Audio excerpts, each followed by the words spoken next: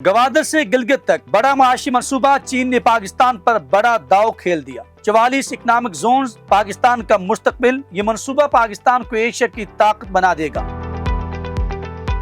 ناظرین، سی pack phase 2 کا سب سے اہم پہلو صرف نئی فیکٹریاں قائم کرنا نہیں بلکہ پاکستان کو عالمی سپلائی چین کا ایک مضبوط حصہ بنانا ہے۔ یہی وجہ ہے کہ حکومت نے خصوصی اقتصادی زونز کے لیے ایک ایسا قانونی فریم ورک متعارف کروایا ہے جس کا مقصد سرمایہ کاروں کو مکمل اعتماد فراہم کرنا ہے۔ ماضی میں اکثر صنعتی منصوبے اس لیے ناکام ہوئے کہ سرمایہ کاروں کو بجلی، گیس، سڑکوں اور دیگر بنیادی سہولیات کے لیے برسوں انتظار کرنا پڑتا تھا۔ اب نئے قوانین کے تحت کسی بھی منظور شدہ اسپیشل اکنامک زون کے قیام کے بعد حکومت پابند ہوگی کہ مقررہ مدت کے اندر وہاں تک تمام بنیادی انفراسٹرکچر پہنچایا جائے۔ یہی وہ تبدیلی ہے جو پاکستان کے صنعتی مستقبل کو ایک نئی سمت دے سکتی ہے۔ اس کے ساتھ ساتھ سرمایہ کاروں کو کئی برسوں تک ٹیکس میں نمایاں رعایتیں، جدید مشینری کی درآمد پر ڈیوٹی سے استثناء اور طویل مدتی لیز جیسی سہولیات فراہم کی جا رہی ہیں تاکہ دنیا بھر کی بڑی کمپنیز پاکستان کو اپنی نئی سرمایہ کاری کی منزل بنائیں۔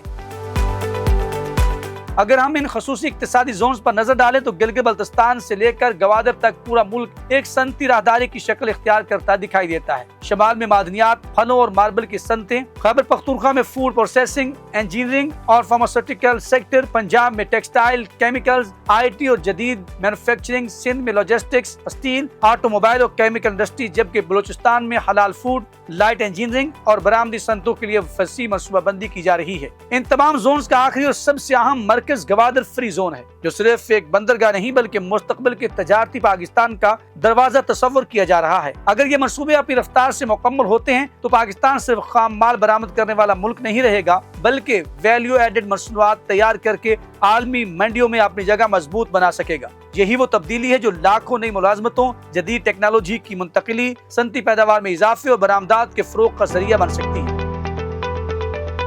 تاہم اس پورے منصوبے کی کامیابی کا انحصار صرف اعلانات پر نہیں بلکہ شفاف عمل درآمد، مستقل پالیسیز، سیاسی استحکام اور ادارہ جاتی کارکردگی پر بھی ہوگا۔ اگر حکومت، نجی شعبہ اور غیر ملکی سرمایہ کار ایک ہی سمت آگے بڑھتے ہیں تو آنے والے برسوں میں پاکستان کی معیشت واقعی ایک نئے دور میں داخل ہو سکتی ہے۔ شاید پہلی مرتبہ ملک کے پاس ایسا جامع صنعتی نقشہ موجود ہے جو صرف سڑکوں اور عمارتوں تک محدود نہیں بلکہ روزگار، سرمایہ کاری، برآمدات اور معاشی خود مختاری کی بنیاد بن سکتا ہے۔ اب نظریں سن 2030 پر ہیں، جب یہ فیصلہ ہوگا کہ کیا سی پیک فیز 2 واقعی پاکستان کی معاشی تقدیر بدلنے میں کامیاب ہوا یا یہ بھی ماضی کے بڑے منصوبوں کی طرح صرف کاغذی خواب ثابت ہوا۔ وقت اس سوال کا جواب ضرور دے گا، لیکن ایک بات طے ہے کہ آنے والے چند برس پاکستان کی معاشی تاریخ کے سب سے اہم برس ثابت ہو سکتے ہیں۔ ناظرین، آپ کی کیا رائے؟ کمنٹ سیکشن آپ کے لیے وہاں جا کے اپنے خیالات کا اظہار جی بھر کے کیجیے گا۔ ہمیں رہے گا آپ کے فیڈ بیک کا انتظار۔ اب تک اتنا ہی۔ اللہ نگہبان۔